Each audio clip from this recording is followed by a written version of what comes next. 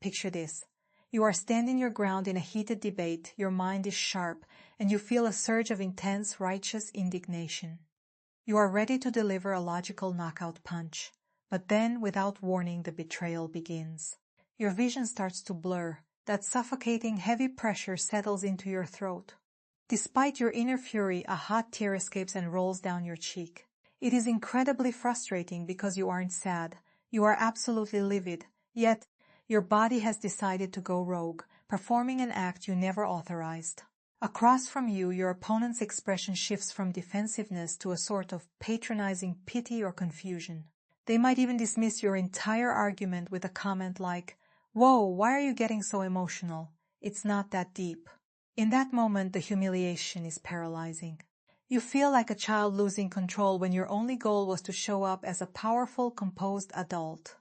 If this experience resonates with you, I want to invite you to look in the mirror and see a completely different person than the one you've been criticizing. We have been conditioned to believe that crying during a conflict is a neon sign of fragility. We tell ourselves our emotional hardware is malfunctioning.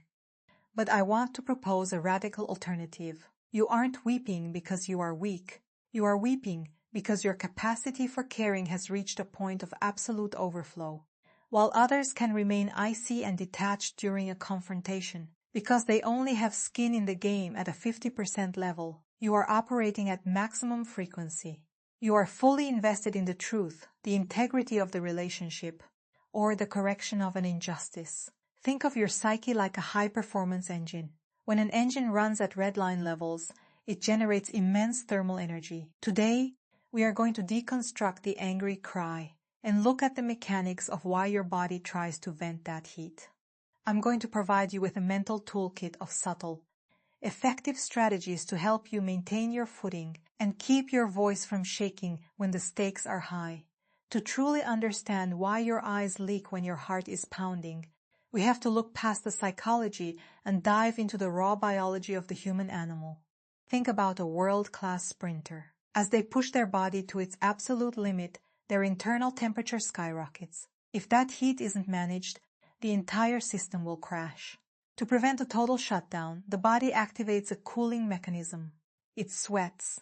This moisture evaporates and regulates the runner's internal climate. When you see an athlete drenched in sweat, you don't think they are failing. You recognize that they are working incredibly hard. Angry crying is essentially emotional sweating.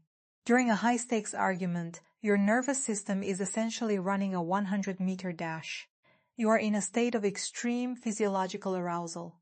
Your brain senses that your internal temperature, your stress, your passion, your focus is hitting a danger zone.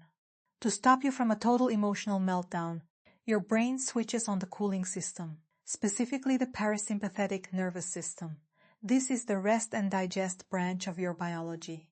It floods your system with acetylcholine to slow your racing heart and bring your blood pressure down. A byproduct of this massive internal cooling effort is the activation of your tear ducts. So the next time this happens, I want you to drop the shame. Tell yourself, I'm not falling apart, I'm just cooling down the engine so I can stay in the race. However, there is an even deeper, more ancient layer to this. Your body isn't just a cooling machine. It acts as an overprotective, slightly outdated bodyguard. This bodyguard is fiercely loyal to you, but its software hasn't been updated in 50,000 years. It doesn't know the difference between a tense performance review and a literal encounter with a predator in the wild. When the verbal aggression in a room spikes, your internal bodyguard gets terrified on your behalf. It senses danger and thinks, this conflict is escalating too fast. We are going to get hurt if this continues. To protect you, it forces you to cry. This isn't just a random glitch. It's a sophisticated evolutionary tactic. Modern research suggests that human tears contain an odorless chemical signal, a pheromone. When an opponent is exposed to these tears, their own testosterone levels actually begin to dip, and the aggression centers in their brain start to quiet down. Your tears are a biological white flag, a chemical blanket designed to force the other person to lower their guard. Your bodyguard isn't trying to make you look weak. It's trying to ensure you survive the threat by de-escalating the fight. You can actually thank that part of yourself. You can say, I appreciate you trying to shield me, but I am safe enough to handle this without the tears today. Now, let's move into the practical toolkit. I want to give you specific neurological hacks to manage this reaction. But a quick disclaimer, when you are in the heat of a cry, your prefrontal cortex, the part of the brain that does logic and remembers YouTube videos, is essentially offline. You are running on primal instinct. You will likely forget most of what I'm saying, and that is perfectly fine. Don't try to be a master of all these tricks. Just pick one that feels intuitive and practice it until it's second nature. We can break these down into 3 levels. Level 1 is for the invisible stage, when you feel the heat rising but haven't started crying yet. First, try the look-up hack. This is purely mechanical. When you feel that stinging sensation in your eyes, tilt your chin up and look at the ceiling. Looking down or closing your eyes signals your brain to dive deeper into internal feelings. Looking up shifts your brain into visual processing and alertness mode. It physically traps the tears in the ducts and signals to your internal bodyguard that you are still actively scanning your environment, not retreating. If that doesn't work, engage the math hack. The emotional center of your brain, the limbic system, and the logical center, the prefrontal cortex, are constantly competing for resources like a seesaw.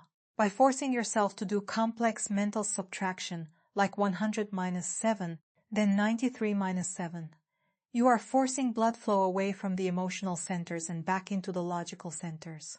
It is neurologically difficult to sob and do math at the same time. Finally, try sensory grounding. Find 5 things you see and 4 things you can touch. This pulls your awareness out of the internal storm and anchors you back into the physical room. But what if the wave is too big? If the invisible tools fail and you're about to lose your composure, move to level 2. The strategic pause. The best way to handle this is the water break.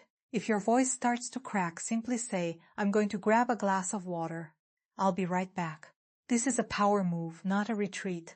When you take a sip of water, the act of swallowing physically forces the glottis in your throat to relax. This resets the muscle spasms that cause that telltale sobbing sound. It gives you 60 seconds to shake the adrenaline out of your hands and return to the conversation on your own terms. Finally, level 3. The tears are already falling. You've been caught. In this scenario, there is one non-negotiable rule.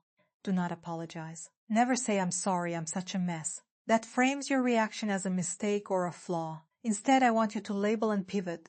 Tell them exactly what the tears mean so they can't make up their own story. Say, please ignore the tears. This is pure frustration because I care about this issue. I'm still listening and I'm ready to finish this. When you label your biology, you reclaim your agency. You are showing them that while your body is having a reaction, you are still the one in the driver's seat. There is a profound dignity in crying while continuing to speak your truth. This is a journey that takes practice. There will be days when the tears win, and that is okay. Be kind to your overprotective bodyguard. It's only trying to keep you safe. Don't punish yourself with the second arrow of shame after the first arrow of anger has already struck. Your ability to feel things this intensely is the same engine that fuels your creativity, your empathy, and your passion. You aren't broken. You are just a high-performance system that sometimes runs a little hot. So, take a breath, look up, and remember that your intensity is your power. If you want to dive deeper into the science of the sensitive mind, click the video on your screen and join the community at Unchain. Let's keep decoding what it means to be human together. What part of your body's reaction to stress do you find most difficult to manage during a conflict?